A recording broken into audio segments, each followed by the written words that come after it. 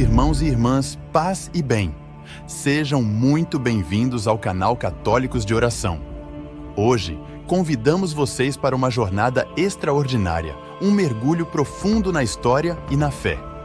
Estamos prestes a desvendar um enigma que ecoa através dos séculos, um mistério que faz uma intrigante ligação entre o Brasil, o Antigo Testamento da Bíblia, época do rei Salomão, e as bodas do Apocalipse nos fins dos tempos.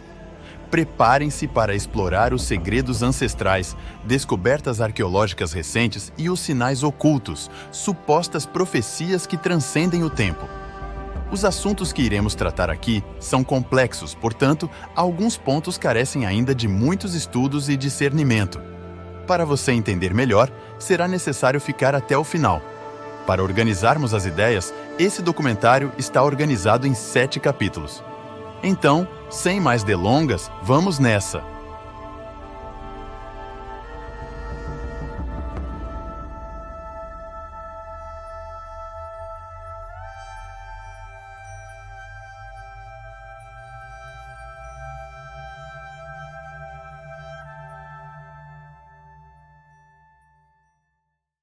Primeiro capítulo. O que é Ofir? Quem é Ofir? Onde fica Ofir?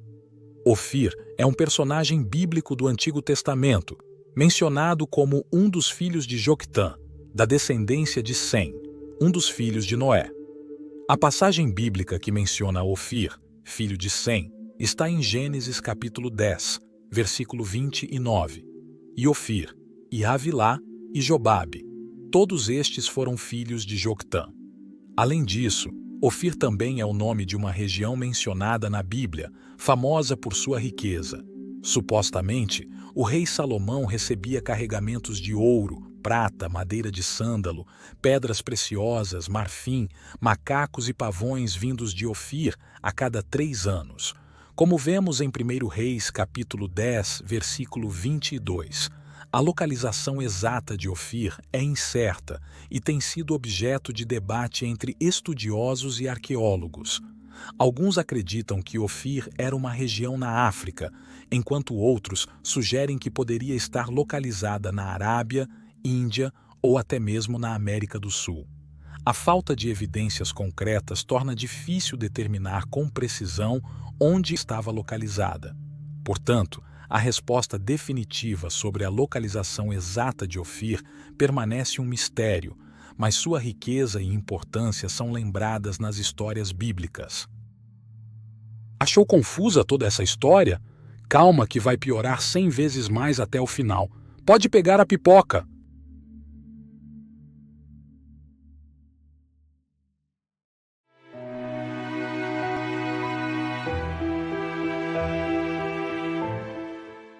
Segundo capítulo. O ouro de Ofir na Bíblia e as principais fontes do ouro no reinado do rei Salomão. O ouro é um dos metais mais preciosos e cobiçados da humanidade. Desde os tempos antigos, ele é usado para adornar templos, palácios, joias e objetos sagrados. Mas há um tipo de ouro que se destaca entre todos os outros. O ouro de Ofir! E vamos falar bastante dele por aqui a partir de agora. Vamos começar pelo Salmo 44, que foi escrito pelos filhos de Coré. É um cântico de celebração nupcial e, ao mesmo tempo, simboliza uma homenagem à realeza e à dignidade da rainha. A repetição da frase, à vossa direita se encontra a rainha com veste esplendente de ouro de Ofir, enfatiza a honra e a glória atribuídas à rainha, que está ao lado do rei, simbolizando uma posição de destaque e importância. O ouro de Ofir é mencionado como o material de sua veste, simbolizando sua nobreza e beleza. Esse tipo de ouro era conhecido por ser o da mais alta qualidade, raro e puro. Imagine um ouro tão refinado que brilha como o próprio sol. Lembrem-se dessa passagem, pois iremos falar dela lá no final novamente. O ouro de Ofir é mencionado várias vezes na Bíblia, especialmente nos livros de Reis e Crônicas, que narram a história dos reis de Israel e Judá. Segundo esses relatos, o rei Salomão que governou no século X antes da Era Comum, recebeu uma grande quantidade de ouro de Ofir, que ele usou para construir o primeiro templo de Jerusalém, dedicado a Deus. Além disso, ele também recebeu madeira de sândalo, ouro, pedras preciosas e especiarias da rainha de Sabá, que veio visitá-lo para testar a sua sabedoria. A rainha de Sabá ficou tão impressionada com a riqueza e a glória de Salomão que lhe deu tudo o que ele desejou, e ele fez o mesmo por ela. 1 Reis, capítulo 10, versículo 11. A frota de Hirão, que trazia o ouro de Ofir, trouxe também grande quantidade de madeira de sândalo e pedras preciosas. 1 Reis, capítulo 10, versículo 22. O rei tinha no mar navios de Tarsis, que acompanhavam a frota de Hirão. De 3 em 3 anos, a frota de Tarsis trazia ouro, prata, marfim, macacos e pavões. Só uma observação aqui. Essas frotas eram dos fenícios. Vamos falar bastante deles nos próximos capítulos.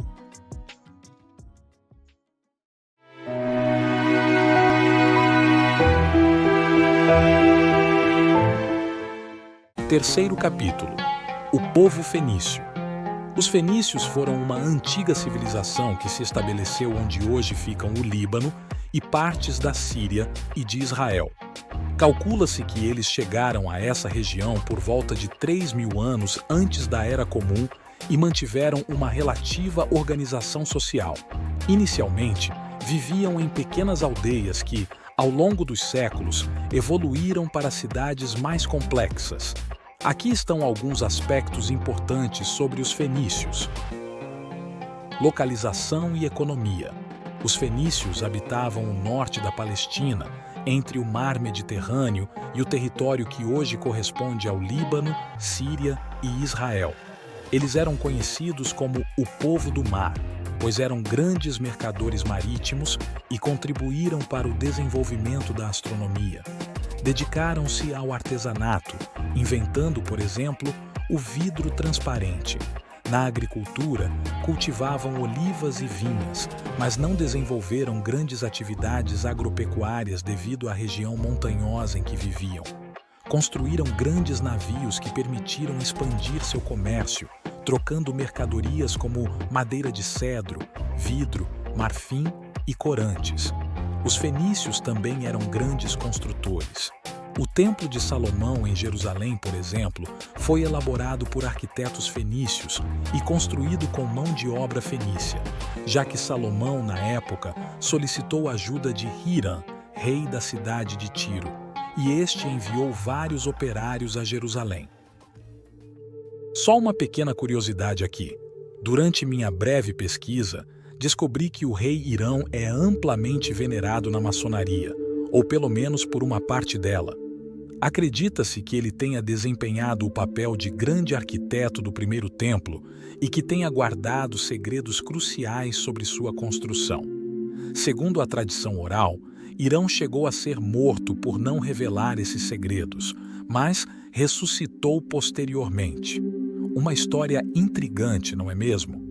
No entanto, é importante lembrar que os fenícios, dos quais Hirão fazia parte, não adoravam o Deus de Israel. Na verdade, alguns dos deuses que eles cultuavam foram mencionados na Bíblia como inimigos de Deus e da nossa fé. Portanto, se você é católico e é maçom, já está errado, meu irmão. Se também venera o rei Hirão, é bom ficar atento a essas nuances e procurar orientação com um sacerdote que esteja em comunhão com a Santa Madre Igreja. Por outro lado, o rei Salomão era conhecido por sua sabedoria e diplomacia. Ele conseguia respeitar e administrar essas diferenças religiosas com a graça e a sabedoria que Deus lhe concedeu. Alfabeto fenício. A maior herança dos fenícios que chegou aos nossos dias é o alfabeto. Diferentemente de outros povos, como os egípcios ou babilônios, que usavam símbolos em sua escrita, o alfabeto fenício representava fonemas. Esse alfabeto foi a origem da escrita ocidental e possuía 22 consoantes. às quais os gregos acrescentaram as vogais posteriormente. A religião fenícia era politeísta, com rituais de sacrifício de animais. Em resumo, os fenícios foram uma civilização marítima influente, com contribuições significativas para a cultura, a escrita e o comércio na antiguidade.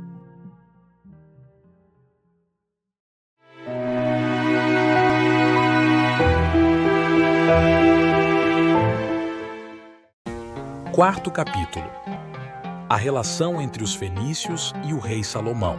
A relação entre os fenícios e o rei Salomão é um tema fascinante na história bíblica. Vamos explorar como esses dois grupos se conectaram. Acordo Econômico Internacional. O sábio rei Salomão, governante de Israel, buscava fortalecer seu reino por meio de alianças estratégicas. Uma dessas alianças foi com os fenícios, um povo habilidoso em navegação e comércio marítimo. Os fenícios eram conhecidos por suas habilidades como marinheiros e pela riqueza de suas cidades costeiras, como Tiro. Em um acordo econômico internacional, os fenícios forneciam madeira de suas florestas para o reino de Israel. Essa madeira era essencial para a construção de edifícios e templos. Em troca, os israelitas enviavam trigo e outros gêneros alimentícios aos fenícios.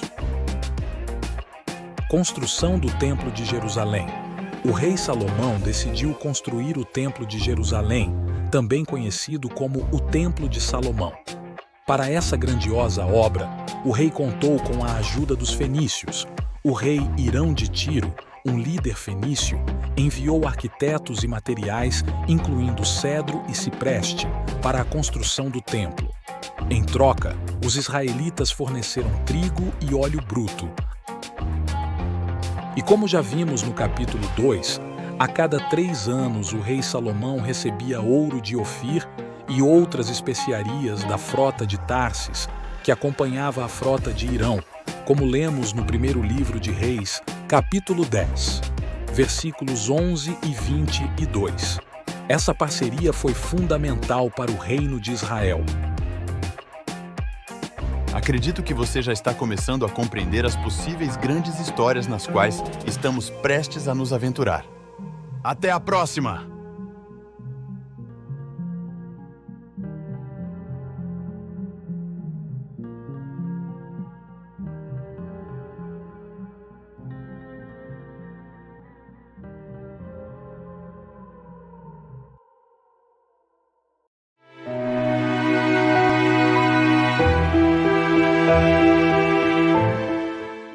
Quinto capítulo: evidências dos fenícios em território brasileiro.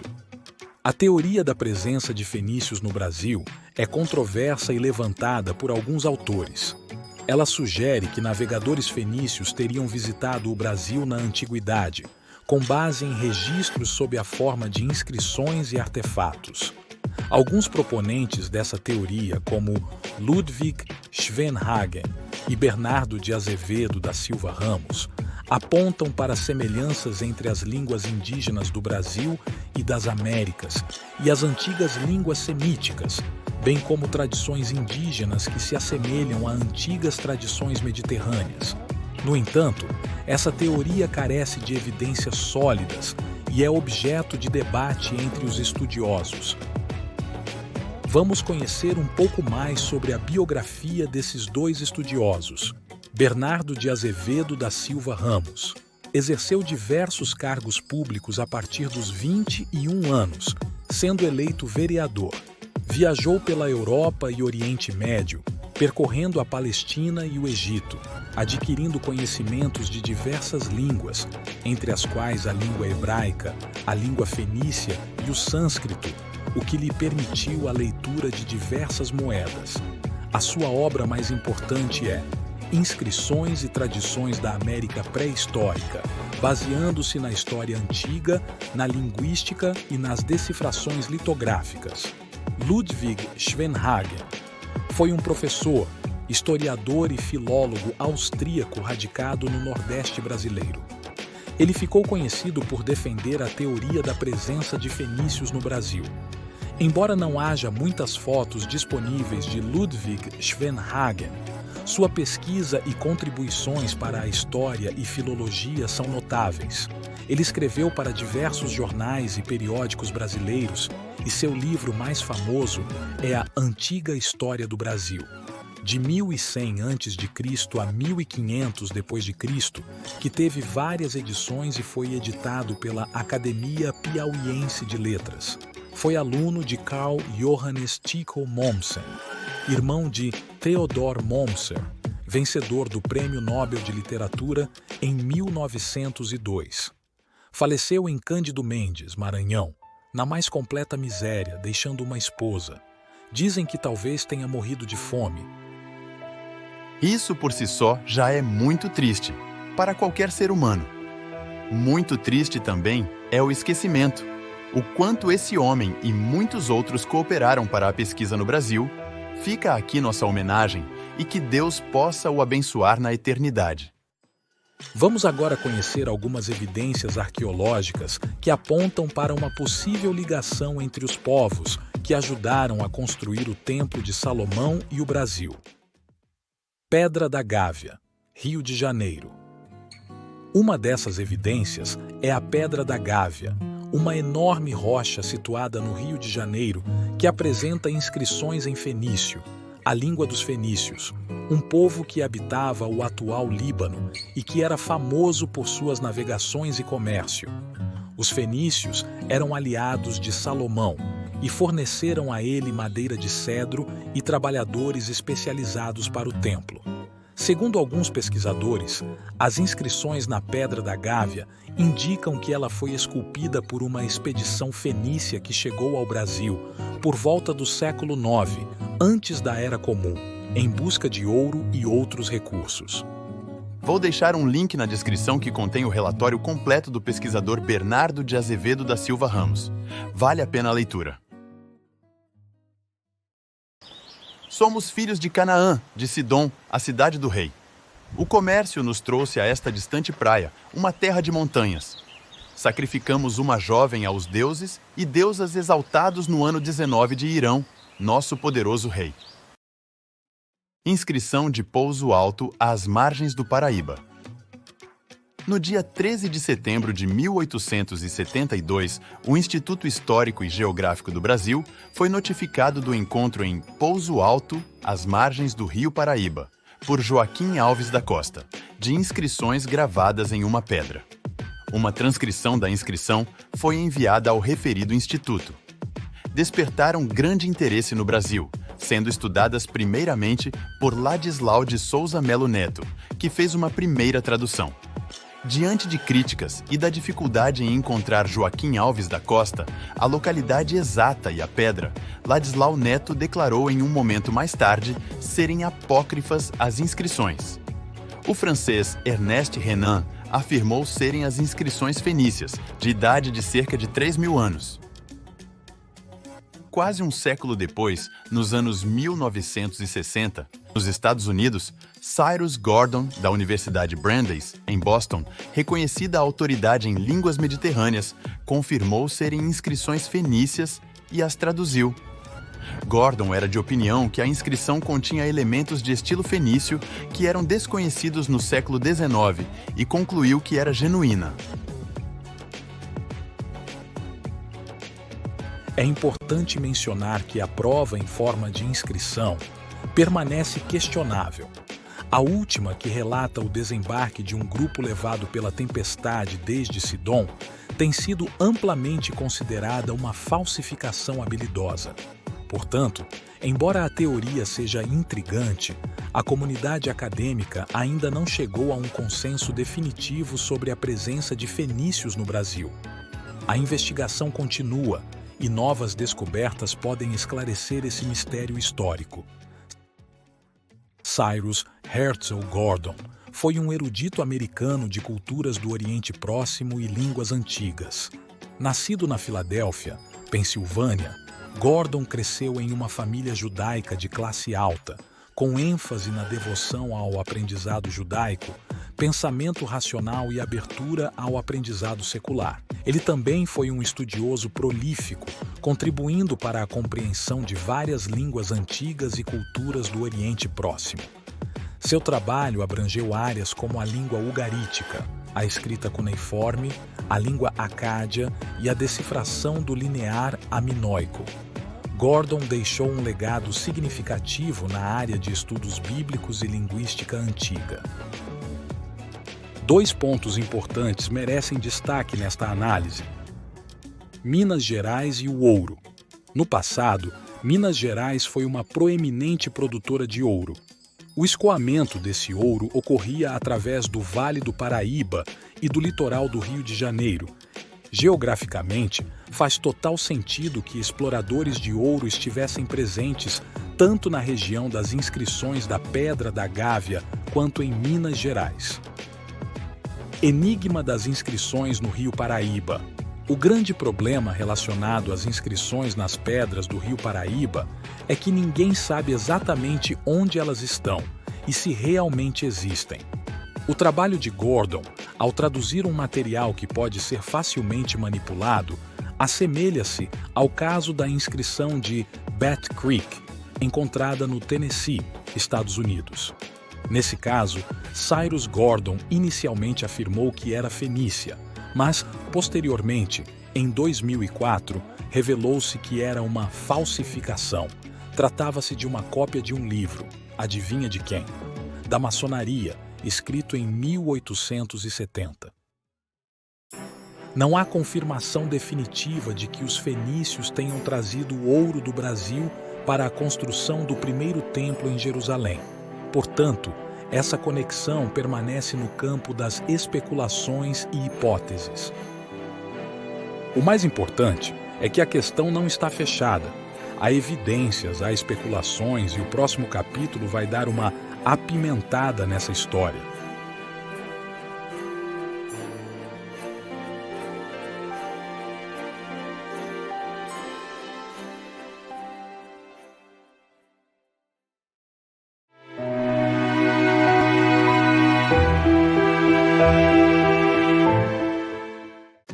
Capítulo 6. Estranha coincidência.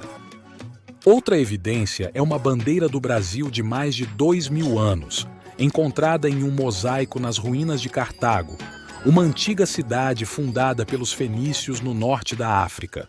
O mosaico mostra uma cena de uma batalha naval entre os cartagineses e os romanos que ocorreu em 146 a.C. e que resultou na destruição de Cartago. No canto inferior direito do mosaico, há uma bandeira com as cores verde, amarelo e azul, e uma estrela de 5 pontas, muito semelhante à atual bandeira do Brasil. Alguns estudiosos acreditam que essa bandeira representa uma colônia fenícia no Brasil, que teria mantido contato com Cartago até a sua queda. Pessoal, só uma belíssima observação aqui. É óbvio que quando o mosaico foi construído, o Brasil, como conhecemos hoje, era outro. Estamos falando de mais de 2.000 anos atrás. A bandeira do Brasil foi projetada por Raimundo Teixeira Mendes e pelo filósofo Miguel Lemos, com o desenho do artista e caricaturista Décio Vilares e pelo pintor francês Jean-Baptiste Debré, que também desempenhou um papel significativo na criação da bandeira do Brasil. Ele foi o responsável pelo design das estrelas que adornam o círculo azul na bandeira. Essas estrelas representam as unidades federativas do país. Ela foi oficialmente apresentada em 19 de novembro de 1889, logo após a proclamação da República. Na época, o Brasil deixou de ser uma monarquia e tornou-se uma república, o que levou à substituição de vários símbolos nacionais, incluindo a bandeira. Cada elemento da bandeira brasileira tem um significado distinto. Houveram 13 versões até a que conhecemos hoje. O decreto que a estabeleceu determinava a permanência das cores verde e amarela, simbolizando a perpetuidade e integridade da pátria entre as outras nações. A esfera celeste azul, atravessada por uma zona branca, contém a legenda Ordem e Progresso e é ponteada por 27 estrelas, representando os 26 estados da República e o Distrito Federal. Com o auxílio da inteligência artificial, constatei que matematicamente as chances de um povo antigo criar um mosaico idêntico em forma e cor à bandeira do Brasil, por mera coincidência, seriam extremamente baixas. Vamos explorar isso. Forma idêntica. A bandeira do Brasil possui uma forma específica com um retângulo verde, um losango amarelo e um círculo azul com estrelas. Essa combinação de formas geométricas não ocorreria naturalmente sem alguma intenção ou influência cultural. Um mosaico com essa forma exata seria altamente improvável de surgir por acaso. A probabilidade de um povo antigo criar um mosaico com a mesma forma da bandeira do Brasil seria próxima de zero. Cores idênticas. As cores da bandeira do Brasil são verde, amarelo e azul. Essas cores específicas não são comuns em materiais naturais. Para obter essas cores em um mosaico, o povo antigo precisaria ter acesso a pigmentos ou materiais coloridos que correspondessem exatamente às cores da bandeira. A probabilidade de escolher essas cores específicas por acaso seria extremamente baixa. Combinação de forma e cor. Agora, considere a combinação de forma e cor. A probabilidade de um povo antigo criar um mosaico com a forma exata da bandeira do Brasil e as cores corretas seria ainda menor. Essa combinação específica de forma e cor é altamente improvável de ocorrer sem intenção deliberada. Em resumo, matematicamente, a chance de um povo antigo criar um mosaico idêntico à bandeira do Brasil por coincidência seria infinitesimalmente pequena. A criação de um mosaico com essas características provavelmente envolveria propósitos culturais, simbolismo ou significado específico, em vez de mera coincidência. Aqui temos 3 hipóteses. Vamos à primeira. Vamos supor que o pintor francês ou um dos projetistas poderiam ser estudiosos do assunto referente às supostas visitas do povo fenício ao Brasil e tiveram acesso a alguma dessas evidências que outrora representaram nossas terras, ou até mesmo tenham conhecimento sobre o próprio mosaico das ruínas de Cartago e resolveram então incorporá-las na nova bandeira. A segunda hipótese é mesmo uma estranha coincidência, pois com 13 evoluções da bandeira foram acertar na íntegra um mosaico de mais de 2.000 anos, ainda mais pertencente a um povo que supostamente tenha visitado o Brasil no passado.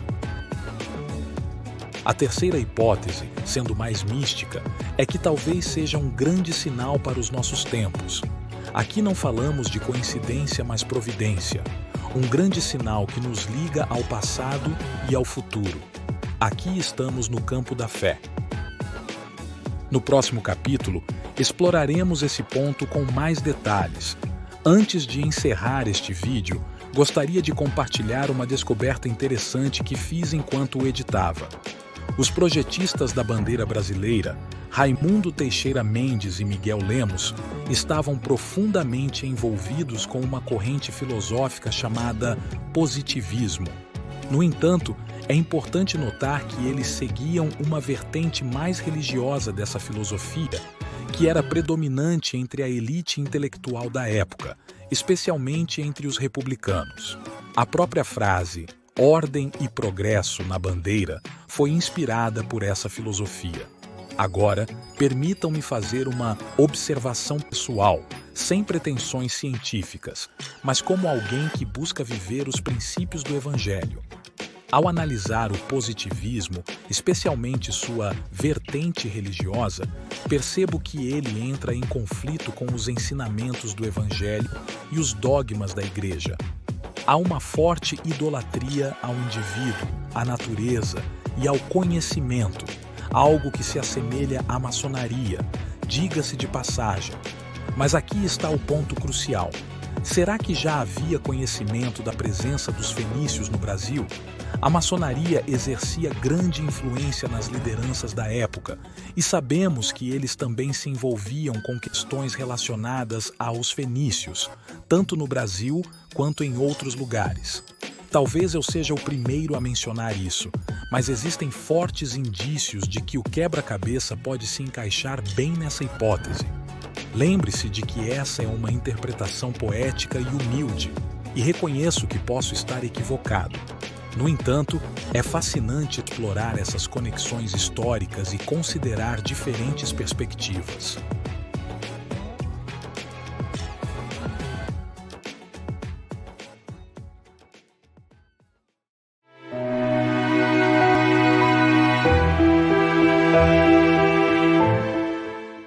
Sétimo capítulo: As bodas da noiva do Apocalipse. O ouro do Brasil agora é outro. Eu enxergava nas vísceras das montanhas e nas profundezas da planície. Trecho do sonho de Dom Bosco em 1883. Essa profecia sugeria que o Brasil seria um país de grande importância e potencial, com tesouros escondidos e uma missão especial a cumprir. Dom Bosco viu o Brasil como um lugar onde a fé, a cultura e o desenvolvimento floresceriam. O sonho de Dom Bosco é muito conhecido na capital federal, pois ele teria tido uma visão exata da cidade de Brasília antes de se falar em capital no Planalto Central. Em uma rápida pesquisa, pude constatar que teólogos e místicos afirmam que sim, e que o Brasil tem um papel especial na história da salvação. Eles alegam que o Brasil é um povo escolhido por Deus, que preservará a fé e acolherá o mundo nos últimos tempos, quando haverá uma grande tribulação e perseguição aos cristãos. Até mesmo em algumas supostas aparições de Nossa Senhora, as mensagens sobre o Brasil são muito fortes nesse sentido. Lembrem-se, nosso país foi batizado como Terra de Santa Cruz. Somos hoje o maior país católico do mundo. Temos milhões de católicos que rezam o rosário todas as madrugadas, um verdadeiro exército. Imagina toda essa força no mundo espiritual? Apesar deste canal ser católico, tenho profundo amor e respeito pelos nossos irmãos protestantes e notei em minha breve pesquisa que muitos deles também têm essa crença do Brasil ser um país importantíssimo na preservação e no avivamento da fé nos últimos tempos. Agora, peço uma licença poética aqui para um questionamento pessoal. Seria o ouro de Ofir, que ornou a primeira igreja, estar prefigurado na noiva das bodas do Cordeiro na segunda vinda de Cristo? Sendo mais claro, será que ornamos a primeira noiva com o ouro e agora iremos ornar com a fé? Pegando o bordão do canal famoso que eu gosto muito. E se for verdade? Essa é uma visão que, sendo verdadeira, seria incrível. Inspira esperança e orgulho, mas que também exige cautela e discernimento. Afinal, a Bíblia não menciona explicitamente o Brasil ou o ouro de Ofir como elementos proféticos, e as evidências que sustentam essa teoria são controversas e questionáveis. Portanto, não devemos nos basear em especulações ou fantasias, mas sim na palavra de Deus e na sua revelação, que é suficiente e infalível. O ouro de Ofir é um mistério que une a Bíblia, o Brasil e o Apocalipse, mas que não deve nos desviar do essencial. A fé em Jesus Cristo, o único Salvador e Senhor, que nos ama e nos chama para segui-lo. Ele é o verdadeiro tesouro, que vale mais do que todo o ouro do mundo e que nos garante a vida eterna. Que possamos buscá-lo e servi-lo com todo o nosso coração, até que ele volte em glória. Amém.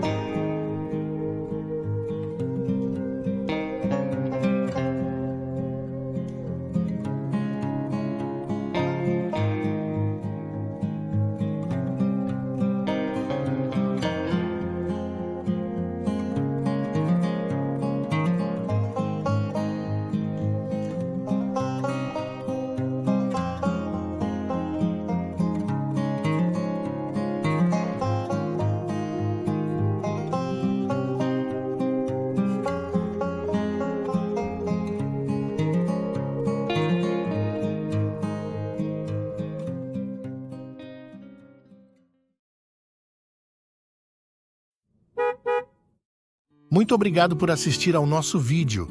Se você gostou do conteúdo, não se esqueça de se inscrever aqui para não perder nossas atualizações futuras. E se você acha que este vídeo pode ser útil para alguém que você conhece, por favor, compartilhe. Sua participação faz toda a diferença para nós. Até o próximo vídeo.